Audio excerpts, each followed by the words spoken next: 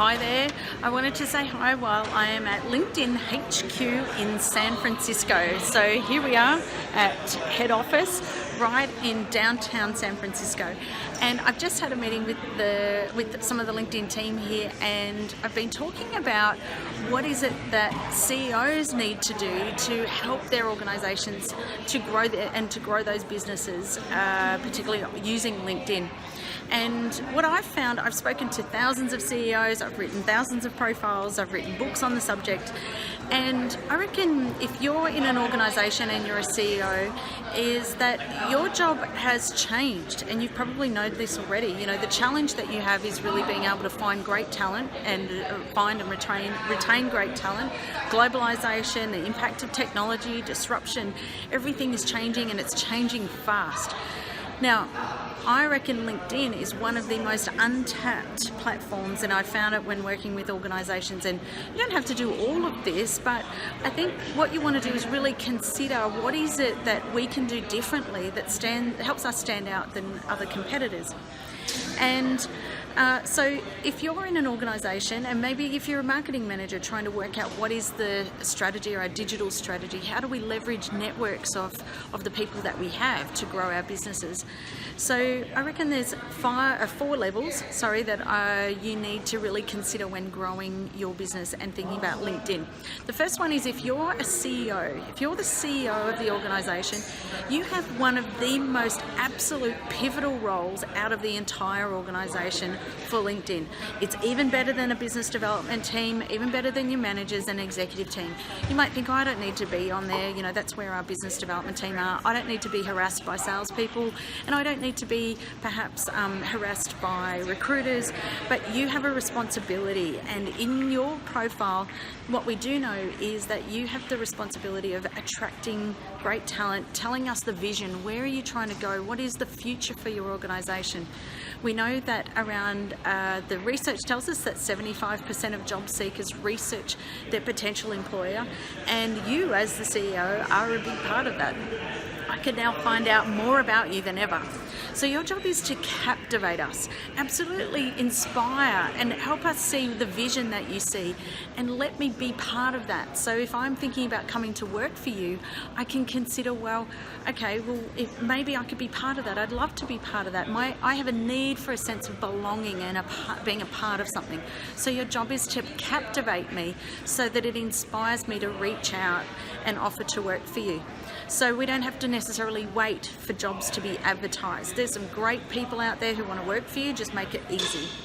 The second level is if you're an executive. So if you're an executive in an organisation, you have a responsibility in that you are attracting talent. Yes, you have people stalking you.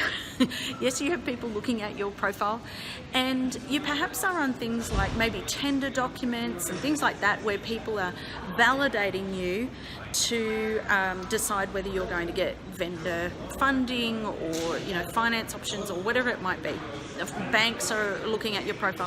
So if you're in the executive team, what your role is really about credibility. It's all about making sure that we are positioning ourselves as we know what we're doing, you can trust us, we are making decisions on behalf of the organisation, and also absolutely attracting talent. So you've got a few touch points there, not as many as the CEO, and the CEO is absolutely crucial, but as an executive team you also have a huge responsibility to leverage your profile to attract talent, attract opportunities, and those opportunities are in amongst talent, but also opportunities for collaboration and things like that. The third one is if you're a manager. And if you're a manager within an organisation, your profile is equally important, but it has a different purpose.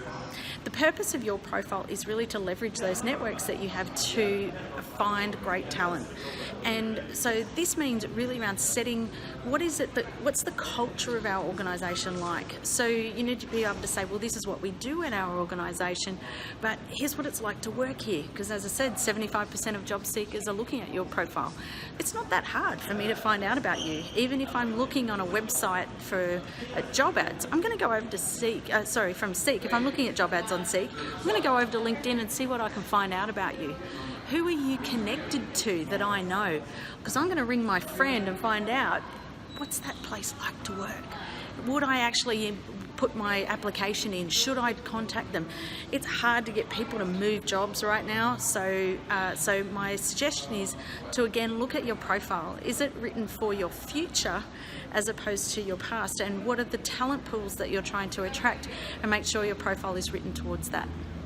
And the last one is if you're in the business development team in your organisation.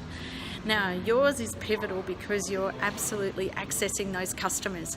So your profile needs to, yes, be written a little bit about you, but very focused on the customer. What are the customer problems that you solve? Because when I look at your profile, I need to make sure that it's like a radio station. You know, if I tune into a radio station, instead of it going, that when I tune in, it matches, or it just kind of sings and it's in tune with what I'm looking for. And it also means that we can find something in common. And so if your profile, and maybe your profile is written based on your resume in your previous job, or maybe it's, you know, maybe it's not reflective of the type of customer you're trying to attract. Maybe it's all written like you're a job seeker. And so if that's the case, then you're not going to get opportunities with customers, because you won't turn up in search results.